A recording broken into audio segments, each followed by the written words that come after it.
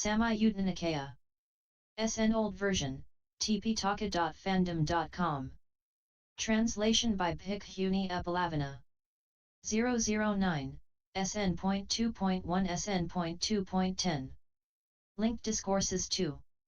2 Devaputa Samyutta, the Young Devas. 1 The First Chapter. SN.2.1 Patamakkasapa Sutta, Kassapa, 1.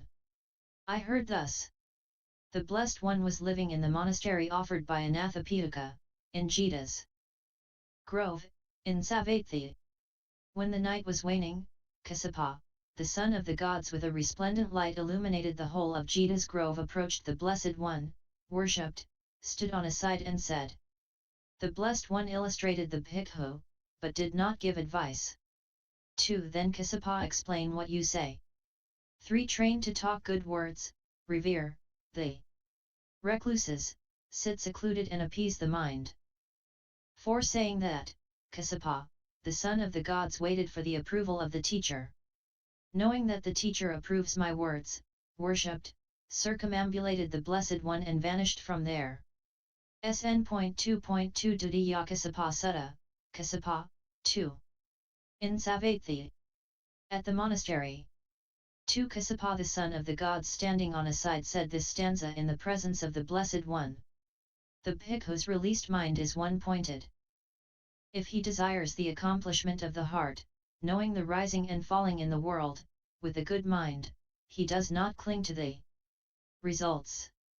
SN.2.3 Magha Sutta, Magha in Sàvatthi, at the monastery. 2 Magha, the son of the gods, standing on a side, said this stanza in the presence of the Blessed One. Having cut what, does one sleep well and not grieve? The destruction of what one thing, does Gotama like? Having cut anger, one sleeps well and does not grieve. Oh! Vatrabhu, the destruction of the poisoned root and the sweet top of anger. The noble one's praise, as the state free from grief. SN.2.4 Magha Sutta, Magha. In Sàvatthi, at the monastery. 2 Magha, the son of the gods, standing on a side, said this stanza in the presence of the Blessed One. How many lights are evident in the world, by which the world is manifested. We came to know this from the Good One. There are 4 lights in the world, a 5th is not evident.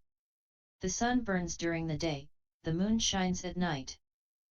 Fire burns here and there during the day and night. Of those that illuminate, the enlightened one is foremost. His radiance is incomparable. SN.2.5 Damali Sutta, Damali. 1 I heard thus. The Blessed One was living in the monastery offered by Anathapindika, in Jita's grove, in Sàvatthi. 2 When the night was waning, Damali, the son of the gods with a resplendent light illuminated the whole of Jita's grove, approached the Blessed One, worshipped, stood on a side and said. The Brahmin should make endeavour untiringly to dispel sensuality and should not think or wish for it. The Blessed One said. Damali, there is no work for the Brahmin, he has done his duties. Until he gets a footing, man exerts with all his limbs. Gaining a footing, he stands on hard ground. Having crossed, he does not exert. Damali, this is the comparison for the Brahmin. The concentrating, clever one has destroyed desires, have come to the end of birth and death, does not exert, he has crossed over. SN.2.6 Kamada Sutta, Kamada's Lament, translated from the Pali by Andrew Olensky. Kamada. So hard it is to do, Lord. It's so very hard to do. Buddha. But still they do what's hard to do. Who steady themselves with virtue. For one pursuing homelessness, content arrives, and with it joy. Kamada. So hard it is to get, Lord. This content of which you speak. Buddha. But still they get what's hard to get. Who delight in a tranquil mind. The mind of those, both day and night, delights in its development. Kamada. So hard it is to tame, Lord. This mind of which you speak. Buddha.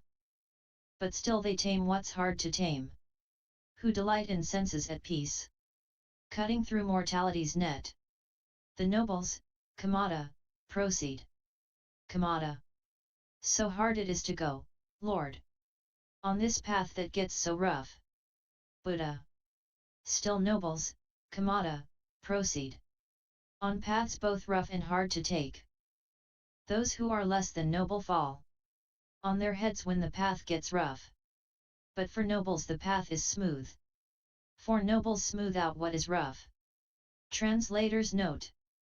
This plaintive cry of the Deva Kamada concerning the difficulty of Buddhist practice will resonate with almost anyone who has embarked on the temporary homelessness of a retreat at IMS or elsewhere. The steady reply of the Buddha here admonishes Kamada to overcome his weaknesses and find the nobility within himself to tread the noble path. The tone of this poem is so typical of the approach the Buddha displays throughout the Pali texts, compassionate yet firm, reasoned but profoundly inspiring. The progression is also characteristic, from virtue to joy, tranquility to diligent development, and finally cutting through the snares of death and rebirth and proceeding to undying nibbana. Kamada is reminded that others have done, gotten, and tamed what he is having such difficulty doing, getting and taming. Others have taken the hard path to the goal, and all he lacks is the resolve, the hero's determination, to forge ahead despite the obstacles. The lyrical almost sing-song quality of the verse has been hopefully retained by translating it in something like its original meter of 8 syllables per line. SN.2.7 Pankalakanda Sutta, Pankalakanda the Deva's son. At Sàvatthi. As he was standing to one side, Pankalakanda the Deva's son recited this verse in the Blessed One's presence. Truly in a confining place, he found an opening. The one of extensive wisdom. The awakened one who awakened Dhyana one. The chief bull, withdrawn. The sage. The Buddha. Even in a confining place they find it. Pankalakanda, said the Blessed One. The Dhamma for the attainment of unbinding. Those who have gained mindfulness are rightly well centered too. Notes 1. In the connected discourses of the Buddha, CDB, this phrase is translated as who discovered Dhyana, but the verb is abudhai, awakened to. 2. In CDB, this sentence is translated as a continuation of the preceding one, those who have acquired mindfulness, those perfectly well concentrated. However, the Pali is constructed of 2 clauses in the yet, te, format that constitutes a separate sentence. Translator's note. The first verse in this discourse focuses on Dhyana as a crucial element in the path to release. The Buddha's awakening to Dhyana apparently refers to 2 points in his career as a bodhisattva. 1. The point when, realizing the futility of self-torture, he surmised that Dhyana might form the path to awakening, and, 2. His realization of the extent to which Dhyana actually could lead to the knowledge that yielded in full awakening. For details on both of these points, see MN 35. In the second verse, the Buddha expands on Pankalakanda's understanding of the practice of Dhyana by pointing out that it has to be endowed with mindfulness to be genuinely right concentration. This point is related to the fact that the various lists of activities constituting the path, such as the 5 faculties, the 7 factors for awakening, and the Noble Eightfold Path, always place right mindfulness before right concentration. It's also related to the statement in MN 44 that the 4 satipatthānas, establishings of mindfulness or frames of reference, form the nimitta, or theme, of right concentration. And 9.42 contains an explanation of the first verse here, in which Venerable Ananda identifies the first Dhyana as the opening offering escape from the confining place of sensual pleasures, and each successive level of Dhyana as the opening offering escape from the confining place of the preceding Dhyana. Finally, he says, the cessation of perception and feeling acts as the ultimate opening offering escape from all forms of confinement. SN.2.8 Tayano Sutta, Tayana. Translated from the Pali by Maurice O'Connell Walsh. Copyright 2007. Thus have I heard. At one time the Blessed One was staying at Sàvatthi, then Tayana, son of the Devas, one formerly a teacher of a different sect, 2 spoke thus in verse before the Blessed One. Put forth strength and cut the stream at the source. Brahman 3 scatter all desires of the sense 4. Else the sage cannot attain the goal 5. That which must be done, with vigor do 6. Feeble recluseship but stirs up dust. Better nothing done than evil wrought. Ill once done will cause one pain again. If the deed is good, it's better done. Good deeds will bring no pain to come. A blade of grass if wrongly seized, will only serve to cut the clumsy hand. So ascetic life, if wrongly tried, merely drags one down to states of woe 7. Whatever actions slackly carried out, practices improperly observed, dubious keeping of the holy life, none of this will bring a great reward. So said Tayana the Deva's son, and, so saying, he passed with his right side to the Blessed One in salutation and vanished there and then. And when the night was past, the Blessed One addressed the Bhikkhus. He repeated the verses and then said, Bhikkhus, learn Tayana's verses, learn them by heart. Tayana's verses are for your good, they pertain to the fundamentals of the holy life. Notes 1. Devaputa. See vol. I, N7. 2. Though he held certain wrong views, he believed in Kama, a vital point, and so was reborn in a heaven state. He came to realize the superiority of the Buddha's teaching and therefore came to encourage disciples. 3. Used here in the sense of a recluse. 4. DHP 383. 5. Ikata.m, Unity. 6. The next 16 lines are found, differently ordered, as DHP 313/314, 311/312. 7. Naraya, the downward path. SN.2.1 Kandima Sutta, the moon deities. Prayer for protection translated from the Pali by Piyadasi Thera. Thus have I heard. On one occasion the Blessed One was living near Sàvatthi, at Gotama at Anathapindika's monastery. At that time Kandima, the moon deity, was seized by Rahu, lord of Asura. Thereupon calling to mind the Blessed One, Kandima, the moon deity, recited this stanza.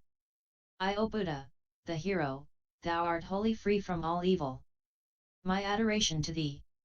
I have fallen into distress. Be thou my refuge. Thereupon the Blessed One addressed a stanza to Rahu, lord of Asuras, on behalf of Kandima, thus. To O Rahu, Kandima has gone for refuge to the Tathagata, the consummate one. Release Kandima. The Buddhas radiate compassion on the world, of beings. Thereupon Rahu, lord of Asuras, released Kandima, the deity, and immediately came to the presence of Vipassita, lord of Asuras, and stood beside him trembling with fear and with hair standing on end. Then Vipassita addressed Rahu in this stanza. 3 Rahu. Why did you suddenly release Kandima? Why have you come trembling, and why are you standing here terrified? I have been spoken to by the Buddha in a stanza, requesting me to release Kandima. If I had not released Kandima, my head would have split into 7 pieces. While yet I live, I should have had no happiness. Therefore I released Kandima. SN.2.10 Sariya Sutta, the Sun Deity's Prayer for Protection. 1 At the time, the Blessed One was living in Sàvatthi. Rahu the king of the Titans had taken hold of Sariya the son of gods, and Sariya the son of gods, recollecting the Blessed One said this stanza. 2 I worship you, enlightened hero, you are released in every way. I have fallen into trouble. Please rescue me. 3 Then the Blessed One addressed Rahu the king of Titans saying this stanza. Sun, takes refuge in the thus gone ones. Rahu, the enlightened ones have compassion for all, the world. Dispelling darkness, the sun, shines and blazes in a circle. Rahu, do not swallow the sun that moves in space. They are mine, so release the Sunday. 4 Then Rahu the king of Titans released the sun, and instantly approached the king of Titans. Vipasiti, shivering with hairs standing on end and stood on a side. Vipasiti the king of Titans said this stanza to Rahu the king of Titans. 5 Why did frightened Rahu release the sun? Why do you stand here, as though frightened? 6 If I had not released the sun, hearing the stanza, asking me to do so, my head would split in 7 and life would not be pleasant to me. End SN.2.1